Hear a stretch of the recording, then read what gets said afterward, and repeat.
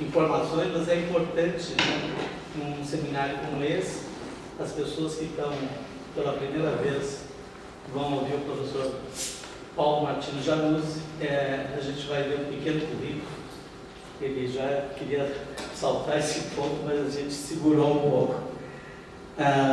Então, o professor Januzzi é professor do programa de pós-graduação em População, Território e Estatísticas Públicas da Escola Nacional de Ciências Estatísticas do IBGE. Pesquisador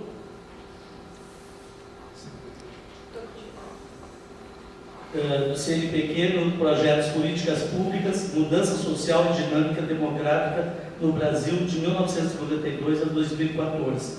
Analista de projetos e assessor técnico da Fundação SEAD, de São Paulo, né? E secretário de Avaliação e Gestão da Informação do Ministério do Desenvolvimento Social. É autor dos livros de Indicadores Sociais do Brasil, que é a primeira edição de 2001, essa aqui é a 6ª edição de 2007. Quem quiser depois dar uma manuseada, a gente vai passar. Muito importante na área de indicadores, né? Um livro também já histórico, né? Que veio a público em 2001. Então, além de analista dos projetos, né, ele publicou do RDS, ele é autor do livro Indicadores Sociais do Brasil, Conceitos, Fontes de Dados e Aplicações. E monitoramento e avaliação de programas sociais, também pela mesma editora Linha, que é de 2016. Imigração e Mobilidade Social, a editora Autores Associados de 1999. Então, vou fazer o livro dar uma circulada e gostaria de passar lá. Então, boa noite, né, a quem está nessa terceira parte, né, do seminário. Já tivemos 2 partes anteriores, né, pela tarde. Então, nós temos agora a nossa conferência de abertura, né, que se denomina as Desigualdades, Democracia e Políticas Públicas no Cenário Brasileiro Contemporâneo, com o professor Januzzi. Então, damos as boas-vindas a vocês, as boas-vindas ao professor, e ele vai dar um pouco da tônica de como vai ser a dinâmica dessa palestra, né? Depois, então, da palestra dele, a gente tem um tempo ainda para o debate, então guardem aí suas perguntas, suas curiosidades para a gente desfazê-las ao fim, tá?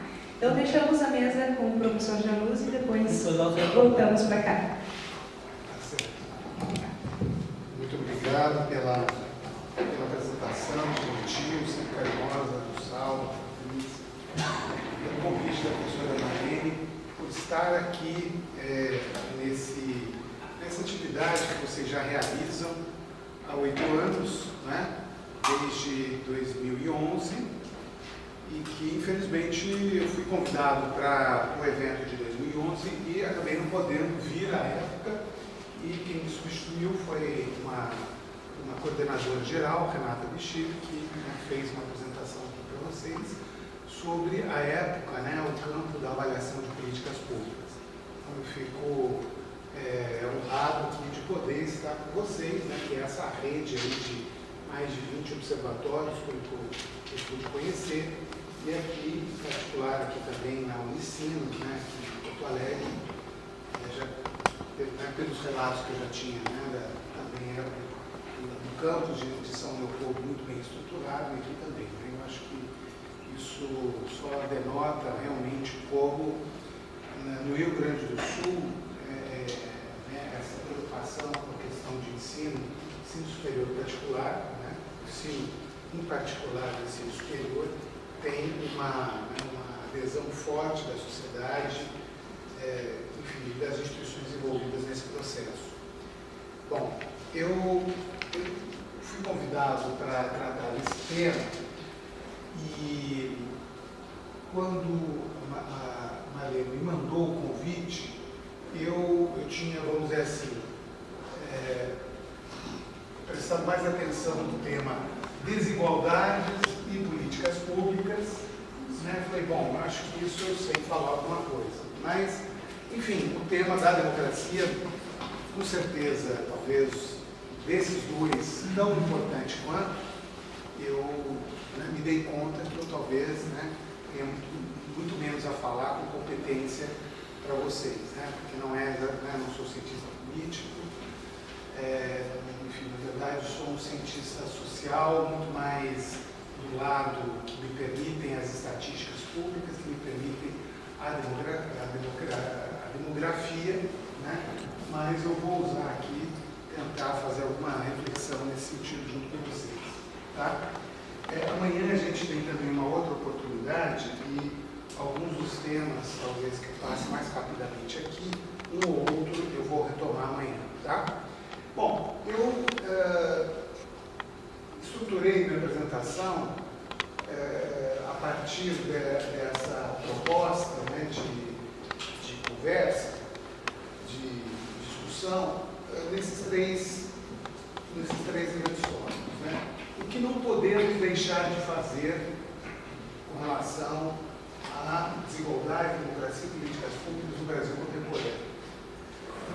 Eu acho que, em primeiro lugar, né, tem muito a ver. Os três tópicos dialogam muito com as funções de vocês nos observatórios e com todas as instituições envolvidas na produção de informação, de dados e, sobretudo, de conhecimento.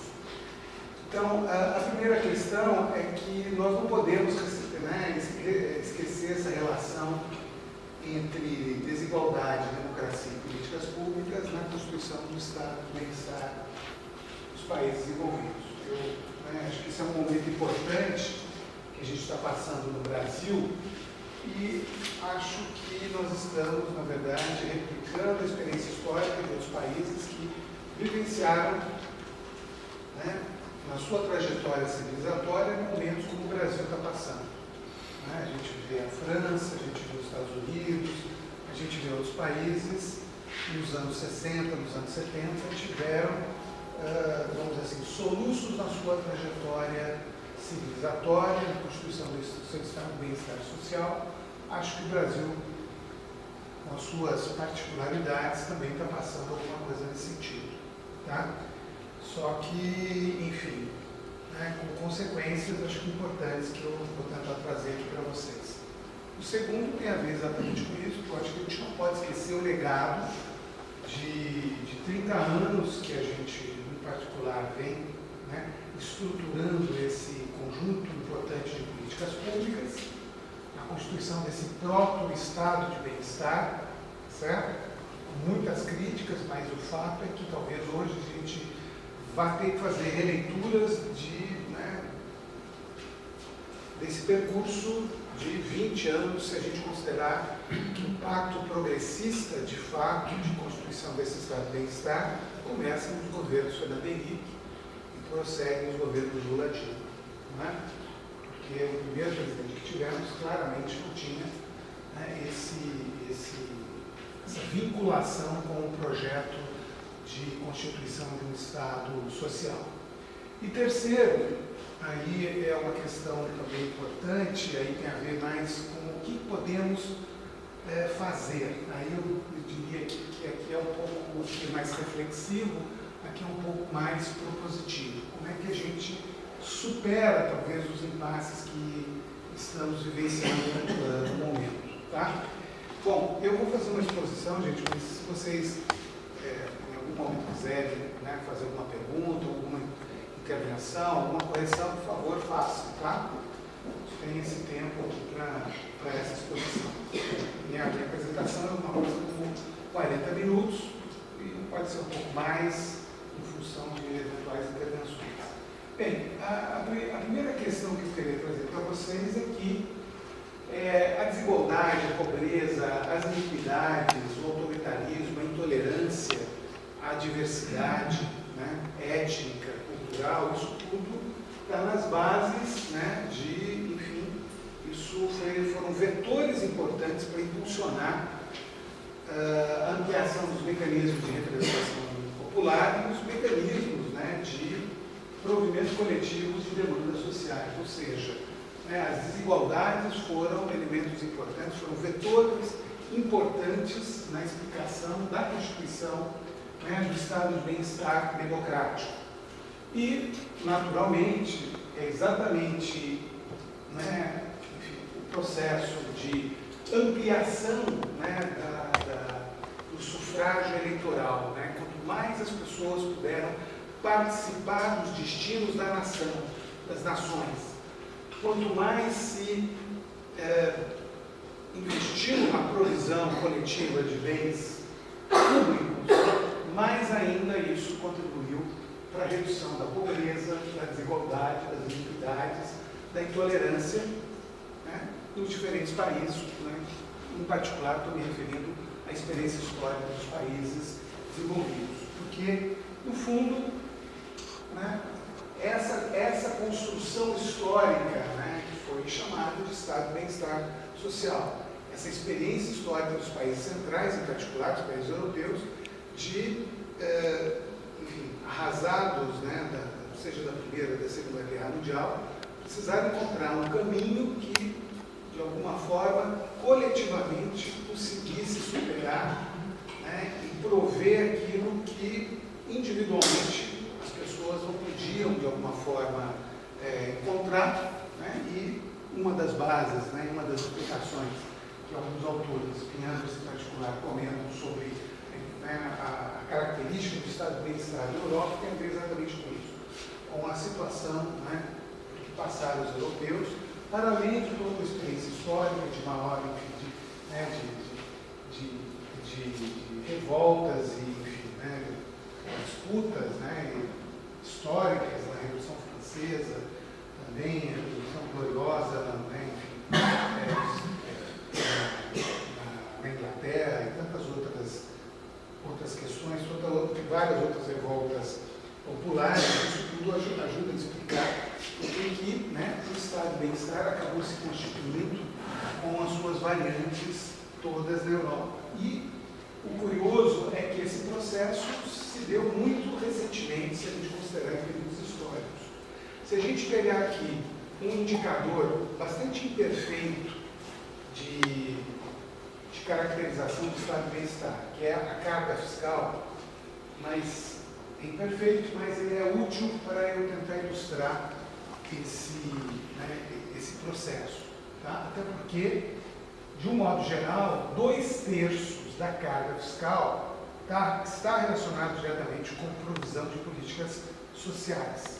Certo? 2/3, de um modo geral, uma certa regularidade histórica, né, apontada por vários estudos. Mas, enfim, o que eu quero chamar a atenção para vocês é que o Estado nacional, o Estado contemporâneo, o Estado de bem-estar, ele é um Estado que surge, olha, no entreguerras, portanto, há 100 anos atrás, né, quando a carga fiscal vai crescendo. Veja que até o final do século XIX, 1870, somente 11% do PIB era gasto, era arrecadado pelo Estado para se manter. Porque o Estado moderno, que surgiu aqui no século XV e vai até o século XIX, era um Estado, né, que basicamente provia o quê? A segurança contra a invasão externa, a defesa nacional, a segurança interna e alguma administração da justiça, né, e alguma burocracia fiscal para arrecadar os impostos, a manutenção da corte e dos exércitos e da força policial. Eram essas as funções do Estado no limiar do século XX. Tá? Mas, enfim, por uma série de fatores, né, para além, né, entre os dois fatores fundamentais, as iniquidades e, né, a pressão por participação popular, isso tudo faz com que, né, o Estado Nacional passe a requisitar volumes crescentes para o seu financiamento. Tá? Então veja que em 1913 isso representava 13% do PIB, na média dos 11 países mais desenvolvidos do OCDE, dados esses coletados nessas bases aqui, tá certo? Bem, depois antes da Segunda Guerra Mundial, isso já era 1/4 do produto interno bruto, era arrecadado por esses estados, do seu financiamento, e depois nos anos gloriosos do capitalismo, né, que vão para a Segunda Guerra Mundial, final da Segunda Guerra Mundial até os anos 70, o gasto, né, a carga fiscal, a arrecadação do Estado aumentou em todos os países, né? Da Alemanha, à França, aos Estados Unidos e vários outros, certo?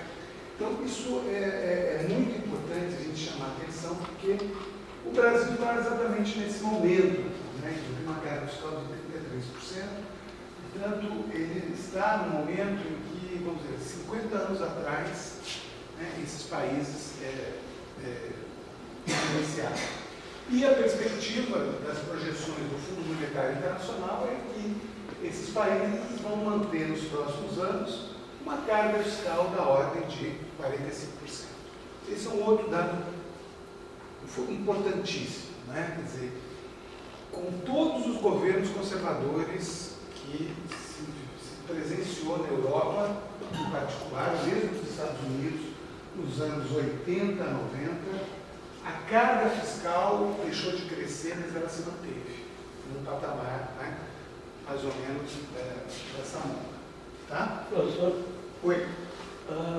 Na carga fiscal tem um gasto com A o carga exército, fiscal com o militar? Não? A Tem carga militar fiscal também. é mais simples de entender. A carga fiscal é a somatória de todos os tributos sobre o PIB.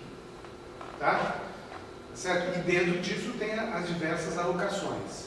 Eu estou usando a carga fiscal exatamente porque ela é mais facilmente computável, porque é o somatório, né, de todos os tributos, e na hora de fazer comparações internacionais traz menos problema, porque eu vou trazer alguns dados de alguns países, certo? Embora seja de fato um indicador, como vocês vão ver, que não retrata exatamente da mesma forma as características dos estados de bem-estar, tá? Mas enfim, o que eu quis mostrar é exatamente que o estado contemporâneo é um estado que amealha, pelo menos o estado contemporâneo dos países europeus e mais desenvolvidos, amealha cerca de 45% da riqueza nacional para o seu financiamento, certo? Para, basicamente, né, prover políticas públicas de natureza social, econômica, ambiental, etc. Bem, os estudiosos da temática, né, eles, em especial Spin Andersen,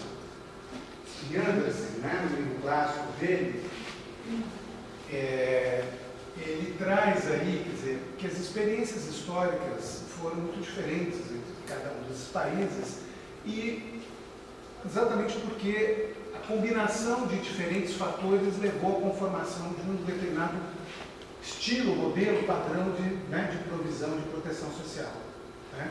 Que a gente já vai colocar. Mas, enfim, a urbanização e o envelhecimento é um fator extremamente importante para explicar, né? Quer dizer, a pobreza que saiu do campo e veio para as cidades, né? A população que envelhecia, perdia sua capacidade laborativa, precisava ser acolhida por um agente coletivo, porque não dava mais para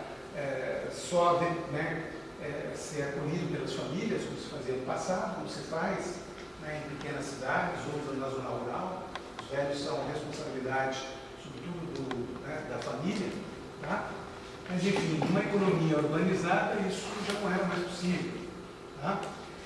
Enfim, as próprias necessidades do capital, as necessidades de expansão das indústrias, elas requeriam investimentos em estradas, requerimento em produção de energia, requerimentos também em investimento na qualificação básica, ou educação básica dos trabalhadores, operar os maquinários. Né? Enfim, até o próprio capital precisava, né, do Estado para prover algum tipo de alavancagem, né, para os seus negócios. Quer dizer, o próprio esforço coletivo de reconstrução das guerras mundiais, como eu disse anteriormente, e isso é, em particular, um fator importante que nos diferencia Brasil, diferencia os Estados Unidos. Né? Quer dizer, as elites europeias sofreram na pele, né, aquilo que talvez elites brasileiras, elites latino-americanas e americanas não sofreram, né, e isso talvez seja um aspecto importante para marcar a nossa tolerância à desigualdade muito maior do que, né, a tolerância à diversidade, a tolerância à desigualdade na Europa. Enfim, a competitividade do movimento sindical em cada país, né, e dos movimentos sociais, dos movimentos étnicos e identitários também fizeram muita diferença na hora de, né, constituir esses estados de bem-estar e, naturalmente, a própria existência, né, da União Soviética, né, e mais aqui a Cuba e a própria Revolução, enfim. Os próprios movimentos populares que tivemos na América Latina foram importantes também para impulsionar, vamos dizer assim, e dar as caras nesse estado de bem-estar. E, naturalmente, um outro fator essencial, né, que eu já tinha comentado anteriormente, que é a consolidação, né, do Estado democrático do sufrágio universal. Né? No Brasil, por exemplo, até a República Velha, era menos de 5% da população elegida, né, em idade para votar, e efetivamente votava. Né? Porque era o voto censitário, você tinha restrições à participação de mulheres, de analfabetos, de pessoas que não tinham posses, porque se imaginava que somente quem tinha alguma propriedade tinha efetivamente discernimento para escolher os destinos da nação.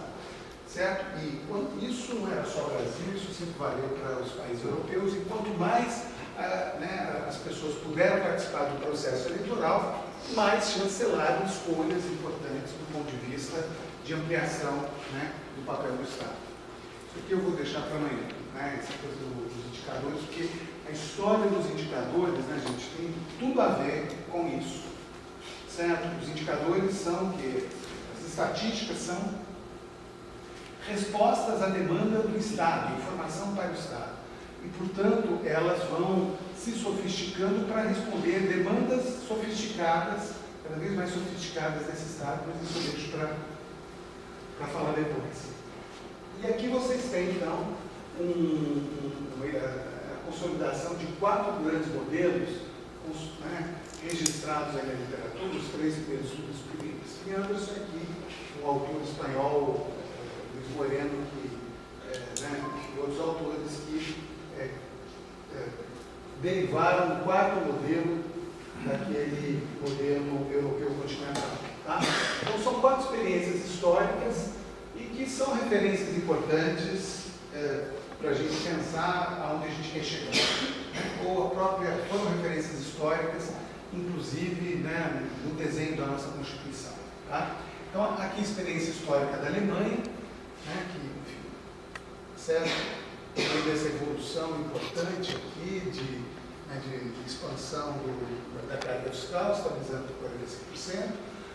O modelo sueco, que é o modelo nórdico social-democrata, né, com uma expansão mais forte e uma estabilização por volta de 50%, tá?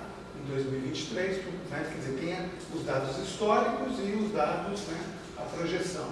Os Estados Unidos, né, que tiveram uma expansão forte até os anos 60, 70, que foi quando os Estados Unidos fizeram os grandes investimentos em políticas de combate à pobreza, combate à fome, né, em algumas regiões que ainda se mantinham em condições de muita iniquidade nos Estados Unidos.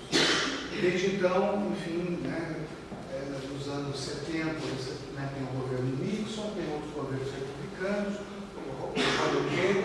né, e, enfim, a trajetória de expansão, vamos dizer assim, das políticas públicas americanas deixaram de registrar a evolução que outros, né, países semelhantes europeus exibiram e ficaram mais ou menos, né, nessa condição. O Brasil está exatamente nessa situação há mais ou menos 10 anos, 10, 15 anos. A questão toda agora é se vamos manter isso. Mas o cenário que nós temos, já vou mostrar, é muito pior do que isso. Não é nem manter o padrão americano, mas é voltar para trás. E o modelo espanhol, o modelo português, o modelo italiano, mediterrâneo familista, né, que é um modelo que também tem um crescimento mais tardio, certo? Pós-ditadura Salazar, pós-ditadura franquista, né, que de fato tem uma expansão e aproveita naturalmente o processo de unificação europeia, né, e eles passam a ter, vamos dizer assim, com alguma defasagem de 20, 30 anos, o que os outros países do continente europeu já tinham evoluído. São 4 modelos, né, de estado de bem-estar, né, se caracterizam por diferentes ofertas de serviços públicos, tá? Ou subvenções ou isenções que as pessoas podem ter no imposto de renda. Tá? E com objetivos distintos também em cada uma das situações. O modelo alemão, francês, né, chamado europeu continental corporativo, é um modelo que não tem objetivo final reduzir desigualdades, igualdades de resultado entre indivíduos. Se garante a igualdade de oportunidades, certo? Mas, ao fim e ao cabo, a aposentadoria e o conjunto de bens e serviços depende muito da inserção do indivíduo no mercado de trabalho. Depende de que empresas tipo de empresa, né, o tipo de, inclusive, pacote de benefícios que essas empresas provêm, mas, de um modo geral, existem serviços públicos de qualidade na educação e também na saúde, como é o caso francês, né, que denotam esse modelo. O modelo sueco é o modelo mais amplo, né, de provimento de serviços pelo Estado, que protege, né, o indivíduo dos riscos inerentes à sua vida, e é um modelo que não só garante igualdade de oportunidades, mas igualdade também de resultados. Até então, era esse o grande objetivo, tá certo? Reduzir desigualdades e as possibilidades de mobilidade social, né? Desde a criança, né, enfim, pequenina até os indivíduos ativos até a população idosa. O modelo americano ele difere radicalmente dos outros dois, porque é um modelo muito menos apoiado em serviços públicos. Eles têm, né, educação pública, primária, secundária, naturalmente, né? Não tem universidade pública necessariamente gratuita, depende de uma série de condicionantes, tá?